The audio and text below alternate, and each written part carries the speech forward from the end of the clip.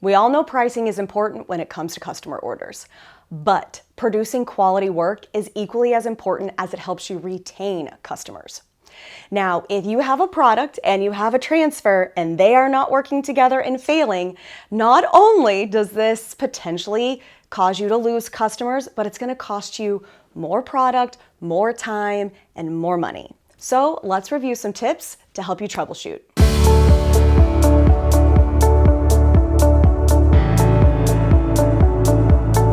Hey guys, Kelly Walters, and I know we're talking about failure today, but it's not failure in business, it's failure of your heat transfer. Now, this could be sublimation transfers, this could be direct to film transfers, screen printing, vinyl, you name it. No matter what the transfer is, it's important first and foremost that you know what the application instructions are when it comes to applying these products. Now, if you're going all willy-nilly, right, and you think it's this temperature mixed with this time, and maybe it works for the application, but maybe it's going to fail once it has sat there after you've done the entire project, or maybe once it has been received to your customer. So it's extremely important to know the TTP, time, temperature, and pressure. And if you're sitting there watching me going, but Kelly, I have looked at the time, temperature, and pressure over and over and over again, I know what it is, then great. I just have to say, triple check to make sure that you have the correct application instructions. Now, we will go over time, temperature, and pressure and why these are important, and yes, appeal when it comes to application. But the next thing I want you to take a look at is your heat press. So if you know you already have the correct application instructions, we're going to look at your heat press because yes, your transfers can be fine and your heat press can be affected. Now, I am here at the Hotronix Autoclam. This is the unit that I use for all of my content and videos, and I can tell you that I love old trusty right here. Now, right here, we have our temperature readout, and it is showing me that currently our press is at 150. Simply by hitting this mode button, I am able to change our temperature to exactly what I need it to be. So there are some presses out there that you might have a low, medium, and temperature read, and you're not quite sure what exact temperature you're getting. Now, when I hit mode again, I'm able to set time. Now, if you don't have this capability on your press, then yeah, you can count in your head, you can set a timer, you can do whatever you need for time, but it's still important that you're using the correct time when it comes to application. If it says it only needs to apply for 10 seconds, there is no need to over apply and cook for 20 or 30. Now, we aren't able to get an automatic pressure adjustment with this autoclam. However, I can adjust my pressure with this black knob. And by doing so, the minute I lock my press down, let's get out of the mode, right here, I can actually see what my pressure read is. I'm showing I'm at a 4, and when using stalls or Transfer Express products, this is gonna pop. There we go.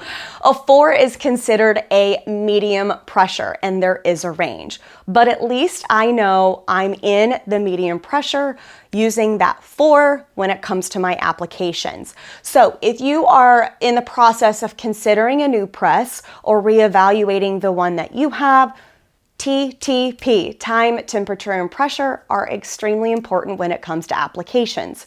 All right, so bear with me for a minute, but we're gonna talk about baking. So I always talk about TTP, time, temperature, and pressure, as the recipe for success when it comes to application of any type of transfer. Well, it's the same thing of thinking about following a recipe with a cake. If the cake requires 2 eggs, you're not gonna just toss a third one in there. If the cake requires oil, maybe you might make a substitute, but you're still going to use the amount of the product that it is called for. It's the same thing with time, temperature, and pressure. If you are using too much pressure on a product, then you have the potential to overcure the inks or the adhesive, or even just burn out the adhesive that is used to hold that transfer onto that garment. Now with stalls, we do intense wash testing.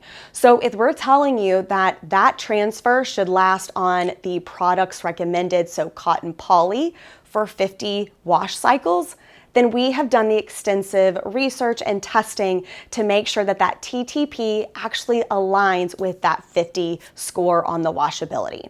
So I just really want you to keep that in mind because it is important. Now, what may work for you here and there? Great, I'm really happy that you're having success, but just know the longevity might be reduced and the customers aren't telling you, or you might start to have some inconsistencies that you weren't aware of at the beginning. All right, now that I'm hungry for cake, let's go back to talking about your press.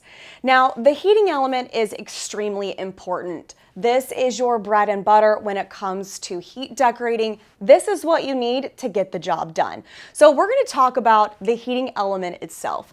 Now, it's really, really important to understand where your heating coils are in your press. Now with stalls, you're going to get a snake effect. That way you do not have any cold spots at any corner, or of course in the center or on the outside rectangle of my 16 by 20. So if you notice that in one spot of a transfer, as you're applying that over and over again, that one spot will not apply or adhere, there's a chance that there is an issue and you could potentially have a cold spot. Now, the best way to check if you are getting accurate read of what your readout is telling you in terms of temperature is to actually use heat temperature test strips. Now, those test strips are actually going to be applied at all four corners. I'm not going to touch my heating element because it's currently at 232 degrees. But you want to test all four sides, and you don't just want to gamble with the middle. Now, if you have a thermal gun or you're wanting to test the temperature in other ways, you can do that, but we strongly encourage you to test with strips. So we've gone over application instructions, we've gone over the importance of following pressure, temperature, time, as well as understanding your press. There are presses out there that you don't know time, you don't know pressure, and just remember, my pressure, what I feel is heavy or medium, pulling down this pulling down this heating element could be a little different than what you as a decorator might experience. What I feel is medium, you might feel as light or even heavy. So, those are the most important things to consider. But let's say there's nothing wrong with your press and you have been following those application instructions for moons, centuries, and you're still having issues. Well, let's talk about the transfer and specifically the adhesive. There are some transfers out there that can only be applied to cotton, poly, spandex. There are some transfers that are actually approved to be applied to nylon. So if you are wanting to take a transfer and apply it to a nylon garment, you have to make sure that adhesive is approved for nylon. Now let's talk about sublimation. It's recommended for 100% polyester. So if you are taking that sublimation transfer and you are putting it into a garment that has the majority of cotton, or 100% cotton, it might look like the sublimation ink took to that cotton, but when you go to wash it, it will definitely fade, if not completely rinse out. Now, it's important to look at the adhesive as well as the time, temperature, pressure, and the press, but it's also really important to make sure that you are using the correct accessories if you are decorating on any type of bag, polo, zippers. All of those obstructions can actually create uneven pressure to where you are hitting the button or the zipper first versus the transfer. Let me show you. Let's say you are wanting to decorate on the pockets. Right here, we have our hand pockets, and this this extra material right here from the seams can actually cause an issue. So it's extremely important to either use a smaller platen, or you can take a heat printing pillow or a print perfect pad and make sure that those seams will either go into the pad, or the print perfect pad will actually lift the garment higher than your seams or any obstructions, making sure that as your heating element comes down, the heating element is actually touching the transfer first rather than your seams. I know there's a large checklist to go through, but these are all factors that unfortunately can cause the failure of transfers.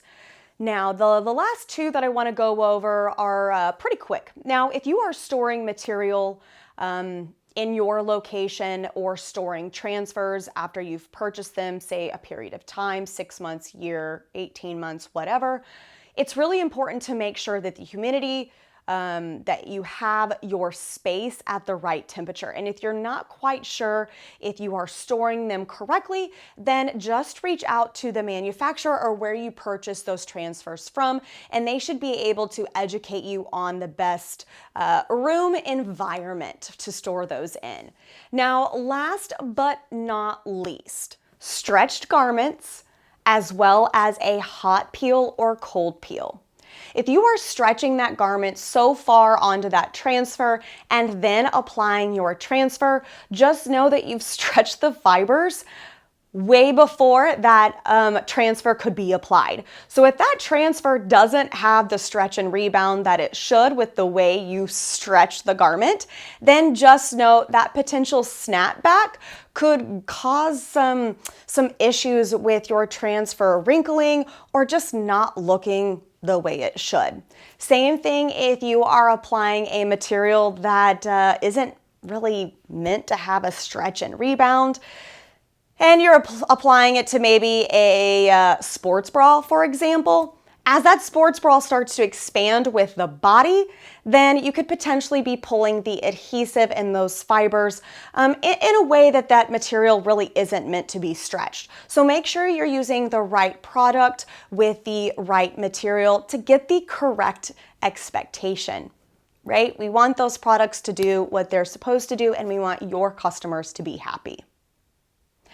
Now, last but not least, let's talk about a hot peel and a cold peel, because you might think that this might not make that big of a difference, but if you start to peel hot when it is a cold peel, you will actually lift that transfer from the garment, and then there might be some adhesive left on the garment and some adhesive left on the transfer. Of course, you can tack it back down and reheat apply, but just try to do a cold peel if it says cold peel.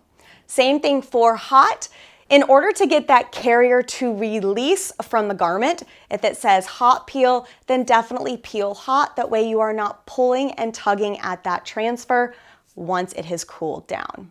Now, I know that checklist is long, so if you just watch all of this and you're going, my goodness, that was a lot of information, well, stop this video right now, go get a pen and paper, rewind it, and just take little notes. That way you can give that to your team in production, or if you're the one doing the heat printing, then at least you have a resource and tool for you to be able to go through if you start to see challenges. Now, if I've missed something and we need to add it to the checklist, definitely pop it below in the comments. This is a great way for fellow viewers to be able to have more resources and tools to be able to go back and check why their transfers are failing. Thanks so much for tuning in. We'll see you next time, and happy decorating.